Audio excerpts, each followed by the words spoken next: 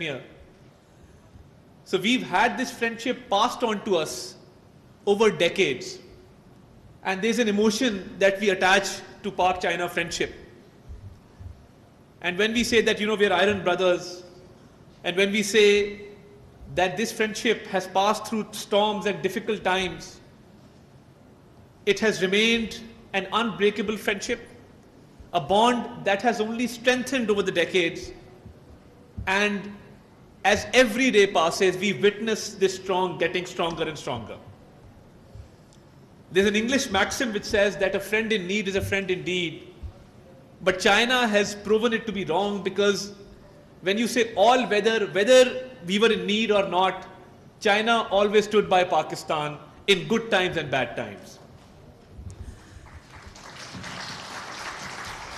Having said that, when we were faced with the worst energy crisis in the history of this country, and in 2013, power outages used to last from 8 hours to 19 hours. And in the summer days, it was unbearable because there would be no electricity for long periods of time. And I asked an economist if they were able to quantify the economic loss that the country suffered because of these power outages, and I got a response that the economic loss due to load shedding and due to power outages was 500 billion rupees a year. So faced with a dire situation where there were power outages, the industry was shutting down, domestic consumers were suffering, and we needed electricity generation on an urgent basis. That is when, under the One Belt, One Road initiative of His Excellency Xi Jinping, we had the Pak-China Economic Corridor, and we had CPEC projects coming up in the form of Saiwal coal power plant. We had CPEC projects coming up in the form of Thar coal, the Karachi port energy project.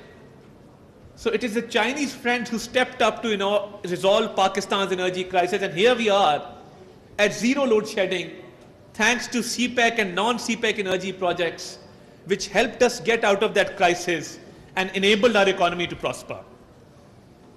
Whether you see the growth rate in 2018, the journey of success from 2013 to 18 was mainly because China helped Pakistan restructure its energy sector by bringing in good energy projects, whether they were nuclear energy, whether it was coal energy, whether it was hydro energy, whether it was solar energy or the Qaid-e-Azam solar park in Bahawalpur. All forms of energy was brought in, and the Chinese friends taught Pakistan that the energy crisis can be resolved through technological innovation, through different diversifications, and through restructuring the energy sector. And here we are today, again on a growth tangent. In 2018, our growth rate was 5.8%. Inflation was at 4%. And today again, as I stand here before you today, our inflation has gone down to 6.9%. Our policy rate is decreasing. We're witnessing immense growth. We are seeing unprecedented economic reforms in this country. Had it not been for the Chinese power companies and the Chinese government who stepped up in 2013, we wouldn't have been able to achieve economic progress that we have achieved today. So I express my heartfelt gratitude to His Excellency the Ambassador, to the Chinese leadership, to the Chinese companies who enabled us through this strong strategic partnership, through CPEC, through energy projects, and who restructured our energy sector to enable us and our economy to grow and provided employment to our people. It is also a matter of pride for me today that I am speaking before you on the eve of the arrival of His Excellency the Premier Li Qiang.